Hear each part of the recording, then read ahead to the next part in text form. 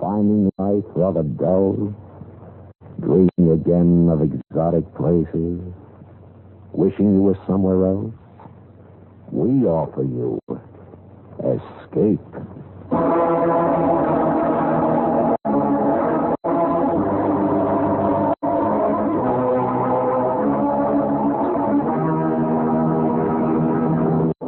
Escape with us now to a placid English village and the company of an equally placid little man who one day shook the world, as H.G. Wells told it in his delightful story, The Man Who Could Work Miracles.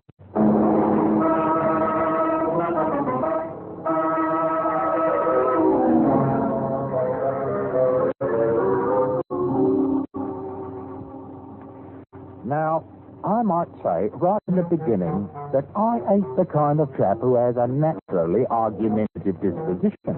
Oh, no, quite the contrary. I'm a reasonable man who always takes proper thought before he speaks, and one who has a due respect for scientific truth. Why, I ain't never opened my mouth to utter a word that wasn't a pure, undiluted fact. That's what you say.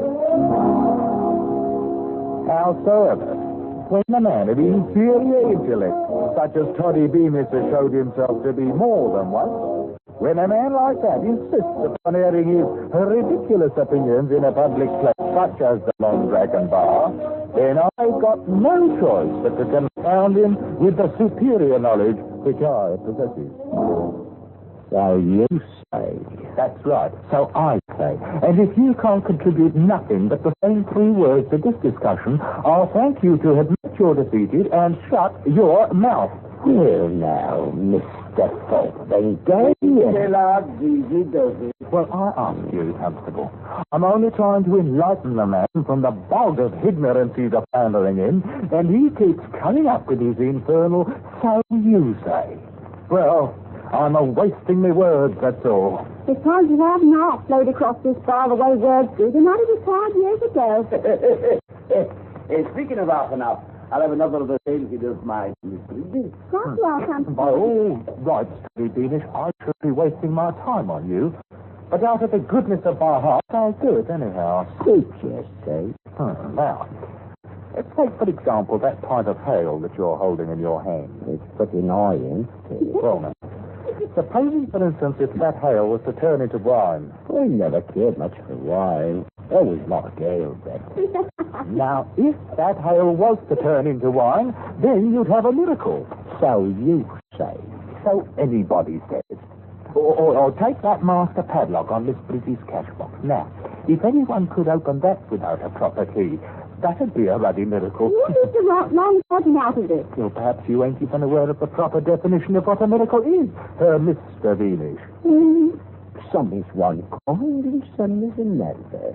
In another speaking. If anybody left too much as patent on the bar to tip, that'd be a miracle, all right. So, be that as it may.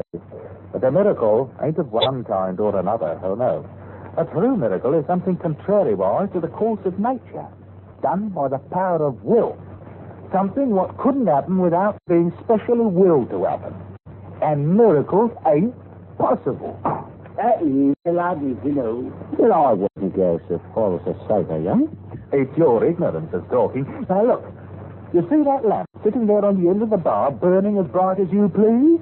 I'll say it right enough. Well, now, that lamp in the natural course of nature couldn't burn like that if it was turned upside down and hanging in the hair. You say it couldn't. Mr. Beamish, do you mean to tell me? All right, maybe it couldn't. And if it did, that would be a miracle. Very well. Now, supposing somebody was to come along, let's take me, for instance, and he pointed his finger at that lamp like this and said, turn upside down. Now, if it...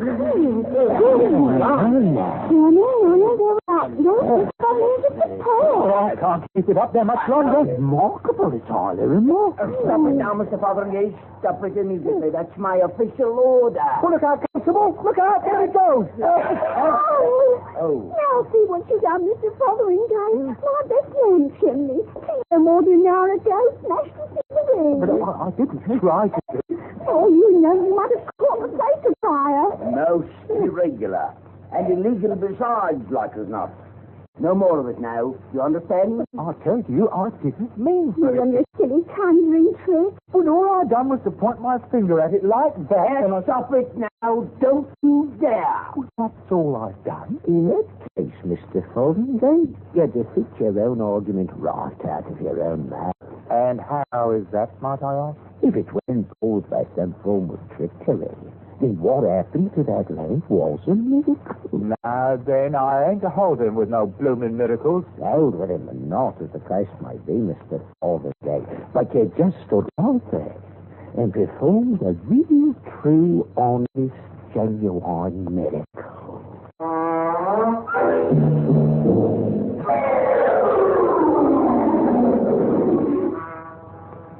It weren't a matter of being utterly the long dragon, you understand. I'd already had my mind set on going anyhow. A place ain't the kind of place for a man of rational intellect to be doing his thinking in. And thinking was just what was called for. On the one hand, miracle theory. But, on the other hand, I wasn't able to recollect no scientific principle that might account for that which had occurred. You might say the question had dissolved itself into a dilemma. Well, my landlady, Mrs. Tetherington, was sitting up in the parlour when I come in. Really, Mr. Fotheringay? But I can't recall saying anything to her. Very well, Mr. Fotheringay. I went straight to my own room, closed my door, and lit the candle. Then I sat on the edge of my bed, grappling with the problem in a heroic fashion, and trying to puzzle out the ultimate solution. Well, now, that wasn't no easy thing to do. It couldn't have happened, but it had happened. Which ain't logic, no matter how you look at it. Well, it would be the same situation if I was to point my finger at that candle there and say, be raised up in the air. Blimey. Hanging there like a blooming firefly. But it's contrary. There it goes. No. Lack of your hat. Oh, dear, now where in the tarnation did that confounded thing get to? Well, at any rate, there should be some matches around here somewhere. Oh, here. Maybe I could... Let there be a match in the hand. Well, now. Just like that. Oh, that's safety.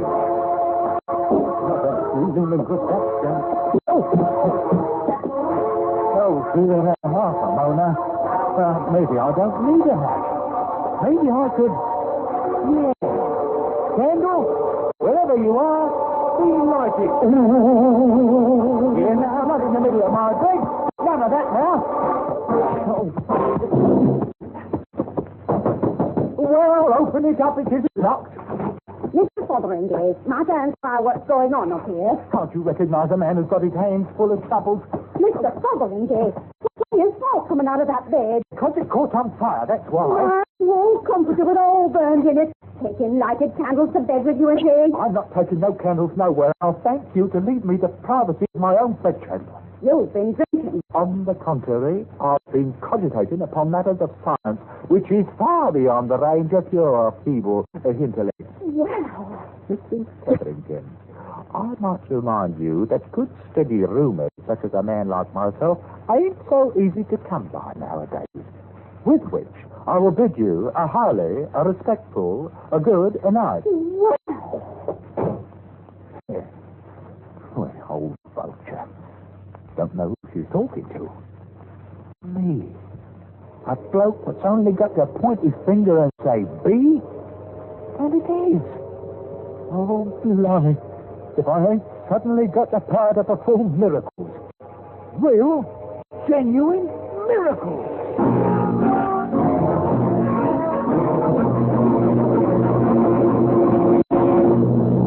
Escape under the direction of Norman MacDonald returns in just a moment. A soldier from Boston named Bart showed the world he really was smart. 1 month was the way, each and every payday. Now his future has got a good start. Ever try writing a limerick? Easy, isn't it? Almost as easy as filling out a savings bond allotment form, but not half as profitable to your future.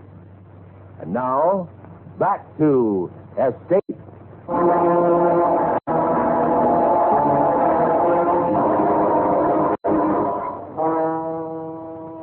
Well, next evening after work, I went walking down the lane that leads around Millsdale Pond, attempting to put my mental processes into order, as you might say. Mostly, I kept trying to cogitate on some honest to Betsy miracle that I might up and perform. But it ain't such an easy nothing for a chap who's unaccustomed to goings-on of that nature. Now, what I wanted was a genuine article. You understand? No little shenanigans of one to make people stop and say, "Blimey now, if that ain't a real downright miracle for you." And then, all of a sudden, I had it. I just happened to recollect a chap somewhere who stuck his staff in the ground and commanded it to blossom. So, I poked my walking stick into the edge of the turf. I backed off a wee bit. I pointed my finger at it and said, "Walking stick, become a booming bush of flowering posies." Roses, by heaven. I done it, just like that fellow in the opera. Now then, what's all this here? Oh, Constable Winch, confound that man anyhow. Cease and desist, whatever it is, in the name of the law. Hey, here, you there, Rosebush, go back now. Have a mind there, or it is your throwing bramble bushes that. There. Confounding, blundering idiot. Who's conducting nefarious activities under the cover of darkness, assaulting an officer engaged in the pursuit of his natural... Well, so it's you, Mr. Fotheringay. The fact being self-evident, Mr. Winch, I will not bother myself to answer. So you'll not bother yourself to answer, eh? And maybe you also deny that you just threw a great heavy mass of foliage at me? I do deny it. Then no doubt it just up and flew through the air, all by itself. Constable Winch, you have just hit the ruddy nail right on the head. Some more of them blasted anti-pan conjuring tricks of yours. Is that it? On the contrary, it was merely a small miracle. You did say so. In which case, His Honor might enjoy hearing you tell about it. So come along. I'll do nothing of the sort. Resisting an officer. That will be another charge against you. Charge, indeed. Mr. Winch, you can take your charges and go to Hades.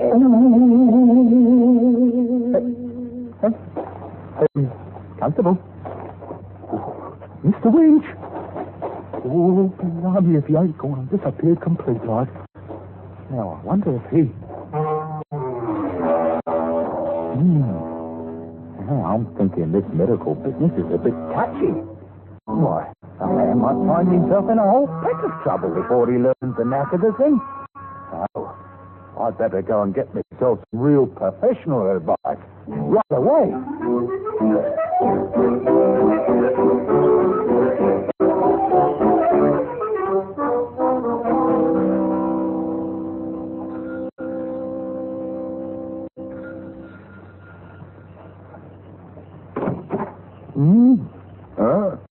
Oh, good evening to you, friend. A very pleasant evening to you. And the same to you as many of them, Mr. Maydig.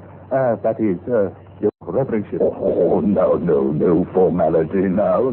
None at all. You just call me Mr. Maydig. Oh, well, thank you kindly, your Maydigship. Won't you step inside? I'm much obliged to you, Mr. Reverendship. This way, Mr. I can't say that I caught the name. Fotheringay. Jules W. Fotheringay. Yes. Not from my parish. Well, yes, I attended services last Christmas. Indeed. So many people did last Christmas. Well, here we are, Mr. Fotheringay. Take a chair. It's a Fotheringay. Oh, no, not that one. I mean, it's weak. I've often thought of doing something about it. Sometime. Yes, that one's fine. Well, if you'll remind me before I leave, Mr. Mayship, and I'll put that little piece of furniture to rights for you. Oh, then you're a carpenter. Well, only in a manner of speaking, as you might say.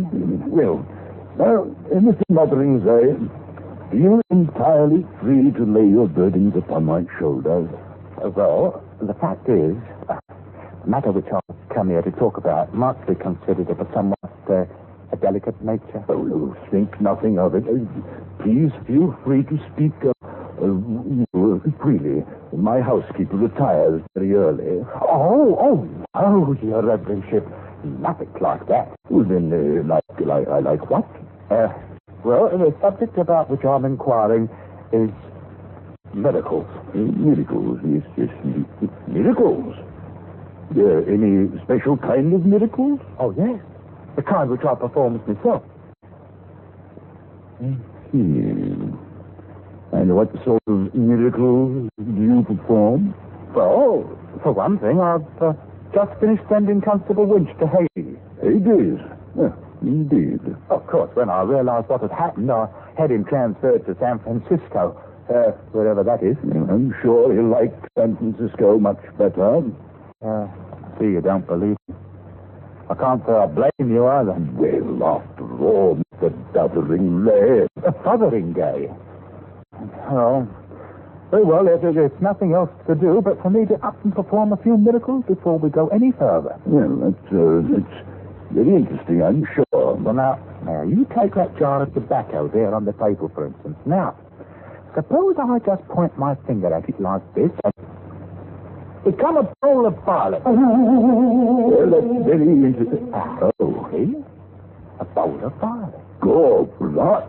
I mean, so it is. Of course, it ain't nothing very spectacular, Your Reverendship. There is the sort of miracle a man can pass without tangling himself up in a mass of trouble. It's extraordinary. Very, extraordinary. You can see for yourself, they're real violet. Indeed. Indeed. Now, you take this for example. Become a bowl of fish. No, not that kind. Live fish in a goldfish bowl, swimming around. Now. Well, that's better. It's amazing. How did you do it? Just told it to. That's all? That's all. When I told the thing to do it, it does it. It was incredible. Come on, sudden, like you might say. Well, I'd like to know if it's real, genuine miracles or if it ain't. Well, seeing as how miracles ought to come under Your Reverendship's special province, more or less. Well, yes, indeed. However, usually in a somewhat more academic fashion, these are more astonishing. Well, as far as I can tell, there ain't no limit to it. Like, for instance, a bowl of fish. Turn into a pigeon. Good heavens, look at the thing. I said, You stand away from Mr. Maydick now. Perhaps I'd best become that same jar of tobacco again. Well, Reverend, what do you think about it? It's amazing. It's the most extraordinary thing I've ever seen in my life. Ever expected to see. I've got to think about it, consider the possibilities. Well, I might come back in the morning. No, I wouldn't hear of it. Look here, I was about to dine when you rang. Wonder if you'd join me. Of course, I'm afraid there's only cold mutton. Well, now, perhaps there's something else you might like better. Oh, anything. Frankly, I've grown to hate the sight of them. But you don't mean that. But why not? Just name it. A pheasant. I haven't tasted a pheasant in years. Oh, then now is the time. Let there be a pheasant on the table. No, it's not like that. Let it be dead and roasted and ready to eat. Look at it. It's beautiful. Smells good, too. Perhaps we'd better, yes. Let there'll be two beds. And truffles. Maybe some oysters? 2 dozen oysters. We better make it 3 dozen. And some cheddar. Oh, we must have some cheddar. Oh, yes. A pound of cheddar. Now, what to drink, Your Reverendship? Champagne? Oh, well, I really shouldn't. Well, perhaps a small bottle of Moselle. 6 bottles of Moselle, a keg of Star, and a case of champagne.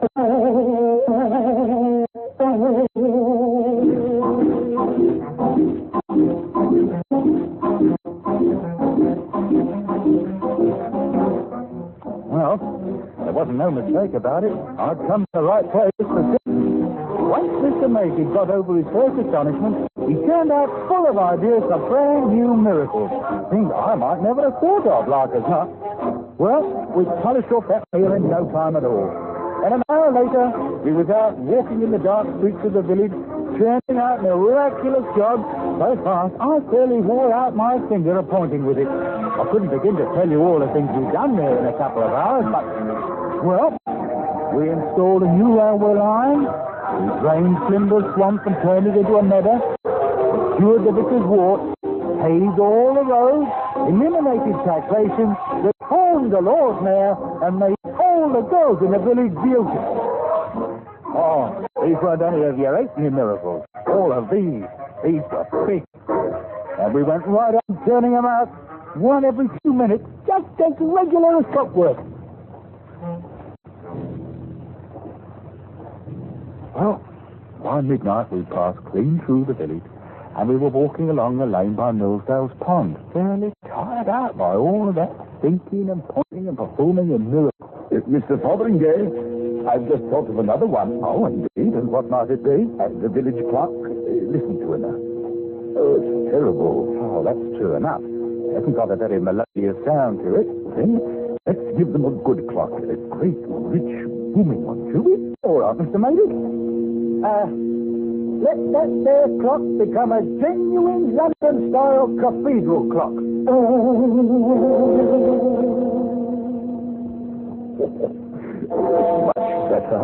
Much better. Oh, the people of this village are going to have a big surprise when they wake up in the morning. After all we've done for them tonight. Well, I might say there's 1 or 2 things that we've done that I ain't so sure about, like turning every drop of alcoholic beverage into plain water, for instance. Oh, well, there's nothing to worry about, Mr. Fotheringay.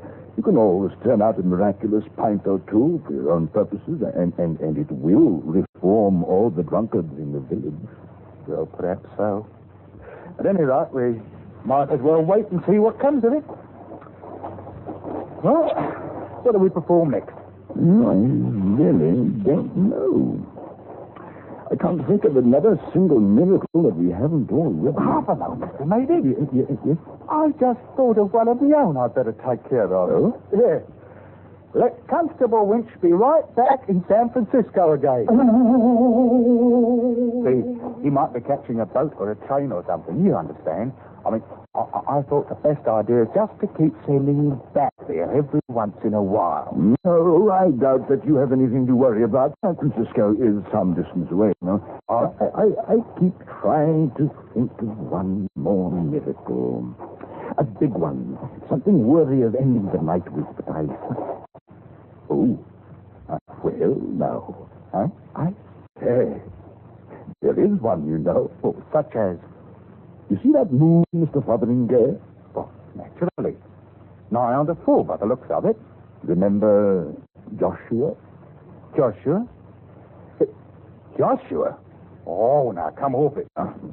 It would be a wondrous thing to see. Well, now, that's a pretty tall order, making the moon stand. Oh, actually, it only appears to stand still. What really happens is that the Earth stops rotating. Well, I think we'd better not go monkeying around with the universe. Well, you probably don't have the power to do it anyway.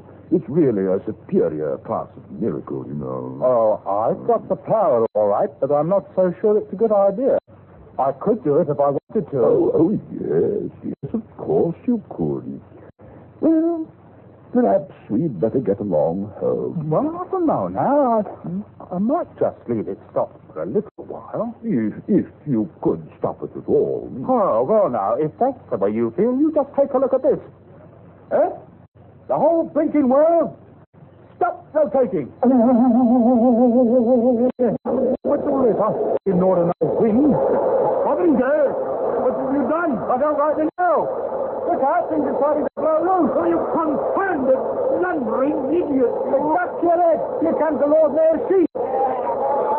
Duck yourself. Here comes the Lord Mayor. Oh, you better lie down in the ditch before we get blown away. Oh, it's getting worse all the time. I can't see the four wits together. Oh, I got it. When the air stopped rotating, everything on the surface kept right on moving. 600 miles an hour. Houses, cows, the wind, everything. It's a scientific principle. And what's good that does? Stop it, man. Do something. Maybe. Wow, Mr. Maybe. Oh, none if he ain't blown clean away. Yours. Oh, now I've got myself a fine kettle of fish for certain. If only there weren't so much confusion to head pocket. Oh, that's it. It's the only answer. All right now. Nothing happens until I say the word go. And when I do, let everything go back exactly like it was just before I turned that grooving lamp upside down on Dragon Bar. And at the same time, let me use this here miraculous power complete. Forget all about it. You got it now? Everything just as it were. No more miracles. Just let me forget this whole thing. All right? You ready? Go!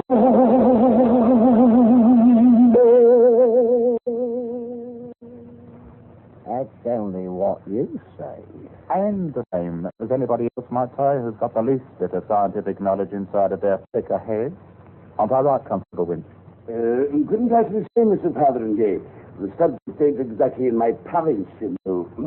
Now they're the same, Miss Bridges. Right now, Constable Wink. Regardless, Mr. Beamish, miracles ain't possible. So you say. Perhaps you don't even know what a miracle is. Perhaps if I was to point my finger at that lamp there on the bar and tell it to turn upside down, I suppose you think it might do it. Well, I wouldn't say it wouldn't. You wouldn't say it wouldn't. Mr. Todd Beamish, you haven't got a brain in your head. And I'm only wasting the time trying to enlighten you. Here you are, Miss Bridges. Thank you kindly, Mr. Fotheringay. I'll be dropping in again when the place ain't quite so crowded. And so I bid you all a respectful good night.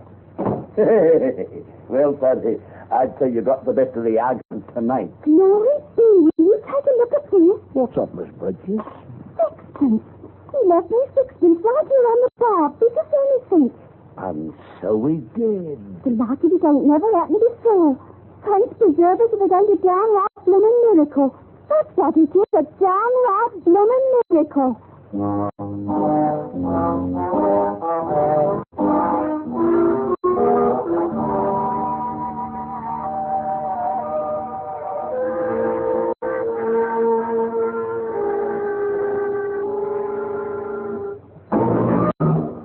Under the direction of Norman Macdonald, Escape has brought you The Man Who Could Work Miracles by H.G. Wells, especially adapted for Escape by Les Crutchfield.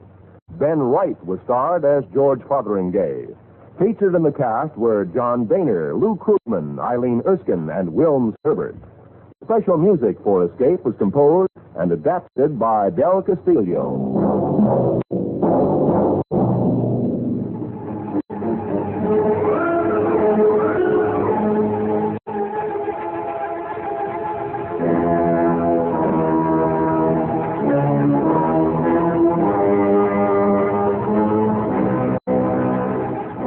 This is the United States Armed Forces Radio and Television Service.